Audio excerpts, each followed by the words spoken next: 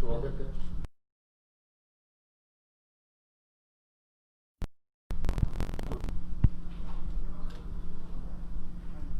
ये आपको बताना 5 दिन के अंदर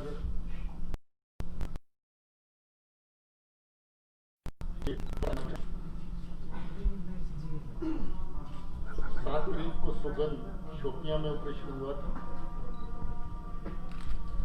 9 को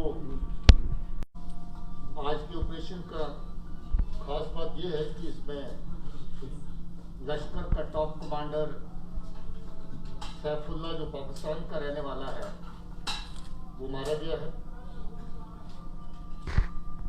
और सैफुल्ला जो ये पिछले एक के बाद एक 3 मेजर अटैक्स में शामिल था। कैसरपुल्ला बडगाम में कुछ ही दिन पहले सीआरपी की पार्टी पर अटैक हुआ था जिसमें एक एएसआई हमारे शहीद हुए थे।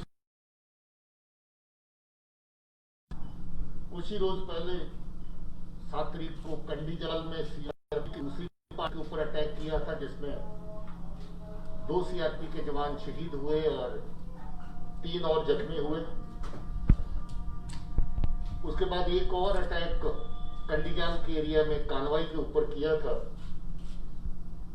उस कानवाई में जो अटैक था उसको रिपल्स कर दिया गया था। प्रोग्राम के बगल में जो उसके 2 जवान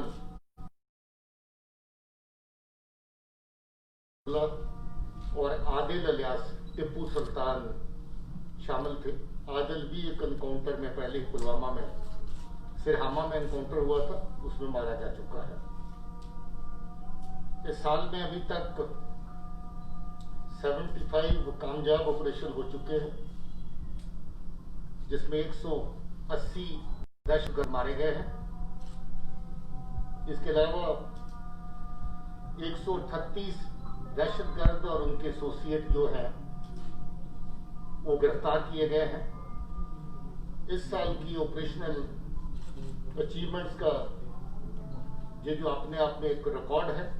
पिछले साल के मुकाबले में जो दहशतगर्द मारे गए उनकी तादाद भी पहले से काफी ज्यादा है और जो गिरफ्तार किए गए टेरर एसोसिएट्स और एक्टिव टेररिस्ट उनकी तादाद भी पहले से काफी ज्यादा है। एक खास बात और है कि परसों जो एनकाउंटर हुआ उसमें एक दहशतगर्द ने जिंदा अपने आप को सरेंडर किया। जैसा कि हमारी पॉलिसी है कि अगर कोई ऑपरेशन के दौरान सरेंडर करना चाहे हम बार बार मौका देते हैं। ये पहला मौका है कि उसमें डोडा के रहने वाला फिरदौस जो मिलिटेंट है उसने सरेंडर किया ऑपरेशन के दौरान।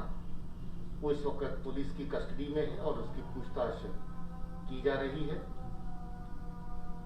दूसरी बात यह है कि साल के सारे ऑपरेशन 75 ऑपरेशन जो हुए वो बहुत अच्छे तरीके से साफ सुथरे नीट एंड क्लीन ऑपरेशन हुए हैं। सिर्फ बटमालू का ऑपरेशन पिछली बार भी मैंने कहा था कि दुख की बात उसमें एक महिला जो है वो क्रॉस फायर के दौरान उनकी मौत वाकई हुई थी।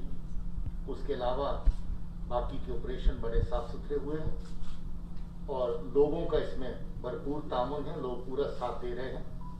मैं अपने लोगों को शुक्रिया कहना चाहता हूँ। आपके कुछ सवाल है तो पूछ सकते हैं।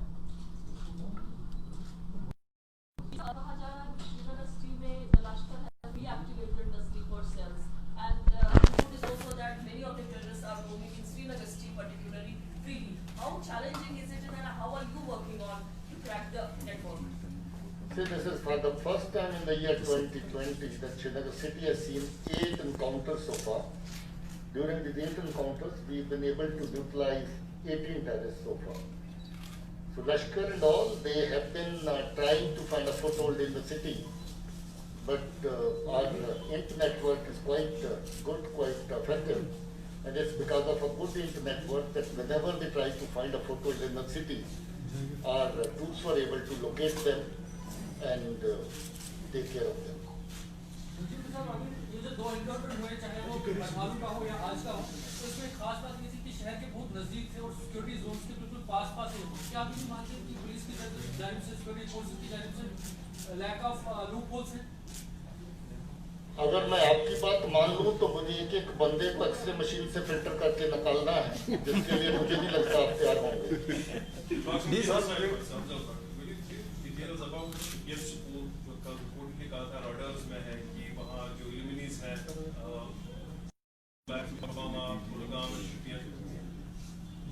आईजी साहब जरा बताएं। इस स्कूल का नाम है सिराज उल्लू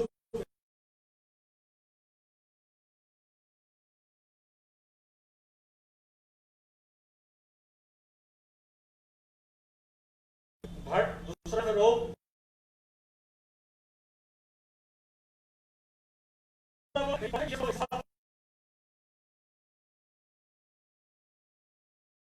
का पॉलिसी है कि अभी तक हम लोग इसका बेसिकली जो एफिलिएशन है जवाहर इस्लाम स्कूल का है, हमारे सर्वेलेंस में है। हम लोग अभी व्यक्ति पर, पर्सन पर अभी एक्शन ले रहे हैं, अगर जरूरत पड़ा तो इंस्टीट्यूशन पर भी एक्शन लेंगे। जी साहब, मुझे ये बताइए, आपने बोला 72 मिल्टन मारे गए अभी तक। 72 नहीं, 180। 180। बेसिकली आजकल काम भी बंद है। 75 ऑपरेशन, ये लगा हुआ है। 75 ऑपरेशन, 180 टेररिस्ट। ठीक है सर, हमारे जवान उसमें कितने शहीद हुए? हमारे जवान जो अलग अलग ऑपरेशन में जो शहादत हुई है, 19 के करीब हमारे पुलिस के लोग हैं, 21 के करीब सीआरपीएफ के लोग हैं और 15 आर्मी के जवान हैं, जिनकी ज्यादातर शहादत जो हुई है बॉर्डर के ऊपर हुई है, एलसी के ऊपर हुई है। ये हमारे जवानों का शहादत है। इसका जो सिलसिला है, हम लोग अपने जवानों को जो हमारे काम करते हुए शहीद हुए उनको खराज अकीदत पेश करते हैं। सर, मेरा दूसरा सवाल ये है, जब जवान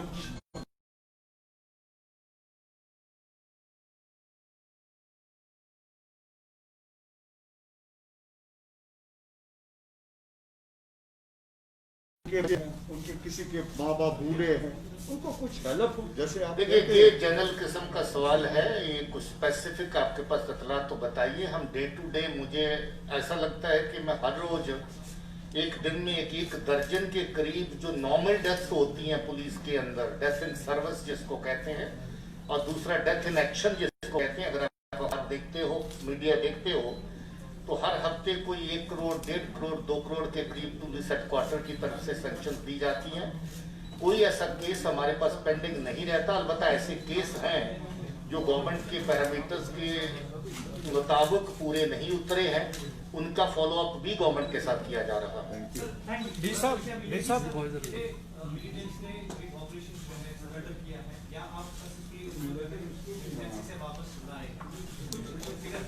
देखिए, जो अभी हाल ही में हुआ है पुलवामा वाला, उसमें तो डिटेल मिल जाएगी मुदस्सिर के बारे में। बाकी लोग उनकी सुरक्षा के मद्देनजर हम लोग उनकी डिटेल शेयर नहीं कर सकते। 26 के करीब ऐसे लोग हैं जो टेररिज्म ज्वाइन करने के बाद वापस घर लौटे हैं, पुलिस और उनके फैमिलीज की मेहनत के सदका, मगर उनका हम ज्यादा डिटेल शेयर नहीं कर सकते। सर, रिसेंटली पॉलिसी आई थी कि इनको बाहर रिहेबिलिटेट किया जाएगा, तो कुछ है डाटा कि लड़कों को शायद आपके बाहर भेजा होगा? ऐसी पॉलिसी अभी कोई ऑफिशियल तौर के ऊपर सामने नहीं आई है। सर, मेरा एक सवाल, हमारा फोटोग्राफर नहीं सर, ये दूसरा है, ये रिलेटेड अपना है।